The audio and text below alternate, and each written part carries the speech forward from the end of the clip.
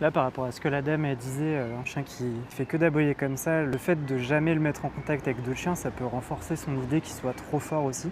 Donc ce qui aurait été possible, c'est que progressivement de le mettre en contact avec d'autres chiens, donc avec des chiens avec lesquels on est sûr qu'il n'y a pas de risque, d'aller dans un parc canin et de voir quel chien serait apte. Déjà de commencer avec son chihuahua attaché pour pas qu'il puisse s'attaquer, mais que les autres chiens puissent venir le voir et qu'ils puissent commencer à se sociabiliser. Et donc si cette dame essaye cette technique-là, ça peut fonctionner.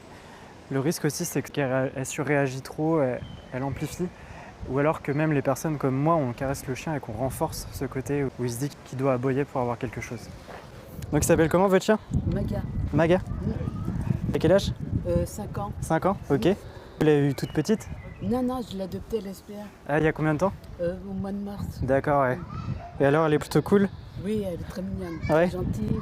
Ouais. Même avec les autres chiens, ça se passe bien? Au début, un peu moins bien, mais là, c'est un peu mieux. Là. Ok. Et vous avez fait comment du coup pour que ça aille un petit peu mieux? J'ai expliqué, j'ai dit doucement, Maga, c'est tout.